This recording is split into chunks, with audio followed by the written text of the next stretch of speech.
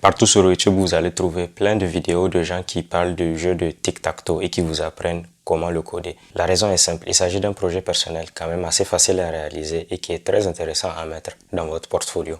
Mais c'est quoi tic-tac-toe, vous allez me demander? Vous avez sûrement déjà joué à ça dans votre enfance. Tout ce qu'il vous faut, c'est un tableau de 9 cases et 2 joueurs qui jouent l'un contre l'autre. Chaque joueur a un symbole et le but, c'est d'être capable d'aligner 3 symboles, autant en ligne qu'en diagonale, avant votre adversaire.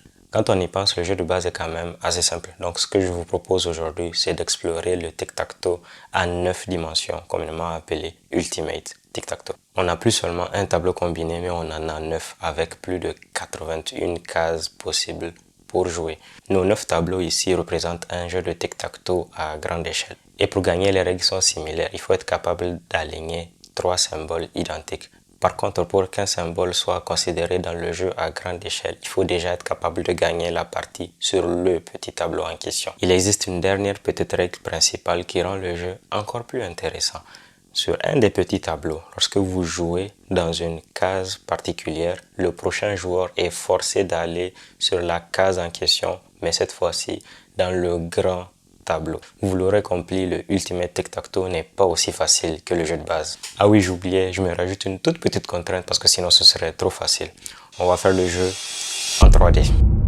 Avant de commencer ce genre de projet qui est quand même assez gros, il est important d'avoir une vue d'ensemble de qu'est-ce qu'on va réaliser, un peu le squelette de notre application. Personnellement, j'ai décidé de découper l'application en 2 morceaux. Un serveur fait en Python avec le framework FastAPI. Il s'occupe de tout ce qui est logique du jeu, de vérifier lorsqu'un joueur a gagné ou lorsqu'une partie est nulle. Et ensuite, le front-end qui va s'occuper de recevoir les informations d'une partie.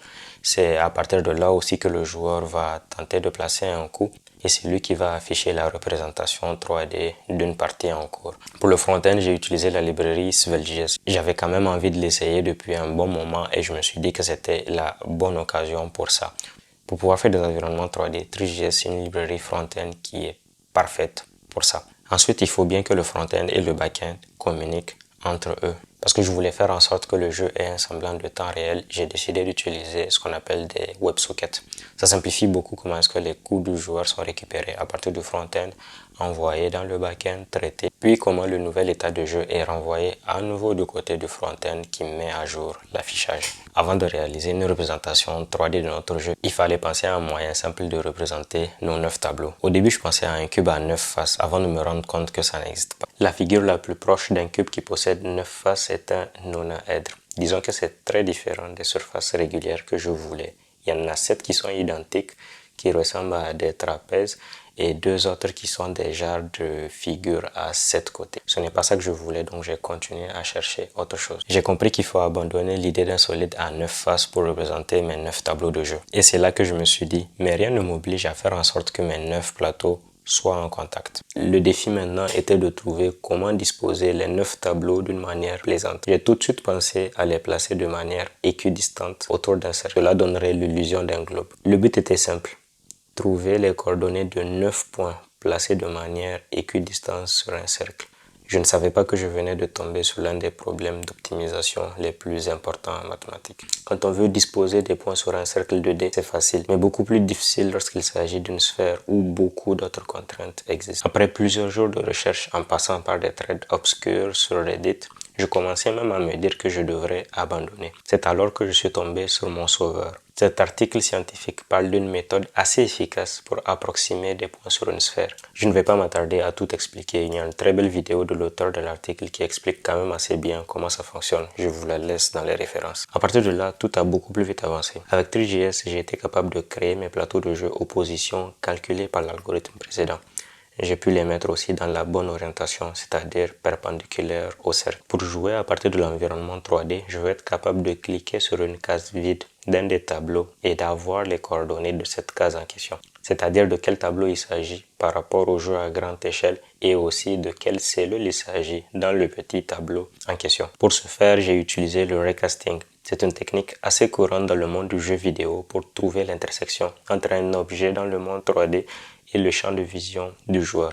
Encore une fois, la librairie Three.js a été d'un énorme secours ici parce qu'elle permet de faire tout ça de manière vraiment très facile. Du fait que ma scène 3D contient beaucoup d'éléments, j'ai décidé de garder les cellules cliquables dans une liste. Le raycasting est ensuite appliqué uniquement sur cette liste. Cela nous garantit que nos clics seront détectés seulement à des endroits où c'est censé le faire. Avec ça, je suis prêt à envoyer les informations de coups que je souhaite jouer de manière vraiment très précise via mes WebSockets. Mais une dernière chose manquait pour améliorer l'expérience utilisateur pendant la partie. Il est difficile d'avoir une vue d'ensemble des 9 plateaux de jeu et de bouger rapidement la caméra vers un des plateaux en question. J'ai donc utilisé une autre librairie qui s'appelle Twin.js qui permet de générer des animations et de bouger automatiquement la caméra vers un point précis dans l'espace. Tout ce qu'il m'a fallu faire, c'est de calculer le point où je veux placer la caméra lorsque je regarde un tableau particulier.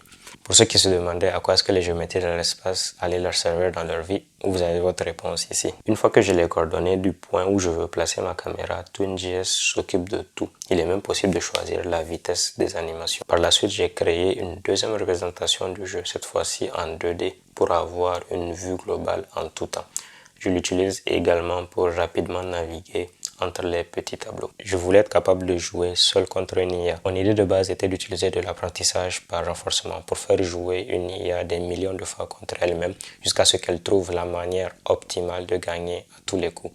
La difficulté de la tâche m'a convaincu de laisser ça pour une prochaine vidéo. À la place, j'ai utilisé un algorithme beaucoup plus simple qui s'appelle Min-Max pour élaborer une stratégie de jeu quand même assez simple. Il existe beaucoup de vidéos qui expliquent en détail comment Min-Max fonctionne. Pour faire simple, l'ordinateur joue plusieurs coups dans le futur et essaye de voir la suite de coups qui lui a donné le résultat le plus favorable, soit gagner ou au pire forcer une nulle. La difficulté ici, c'est d'avoir vraiment une bonne heuristique. C'est quoi une heuristique? C'est vraiment comment l'ordinateur compare un coup par rapport à un autre en prenant en compte beaucoup de facteurs comme l'état de jeu au complet par exemple. Après quelques parties, il était clair que mon algo avait besoin d'améliorations supplémentaires, mais cela me suffisait pour faire quelques parties où je devais vraiment me concentrer quand même pour pouvoir gagner. Comme toujours, j'espère que cela vous a plu. Si vous avez des questions ou si vous voulez que j'approfondisse certaines des notions que j'ai explorées aujourd'hui, n'hésitez pas à me laisser ça dans les commentaires. Je me suis amusé comme un fou à faire ce projet. Je vous mets le lien du repo en description. Vous pouvez le cloner, puis expérimenter et rajouter vos affaires. Vraiment, faites ce que vous voulez.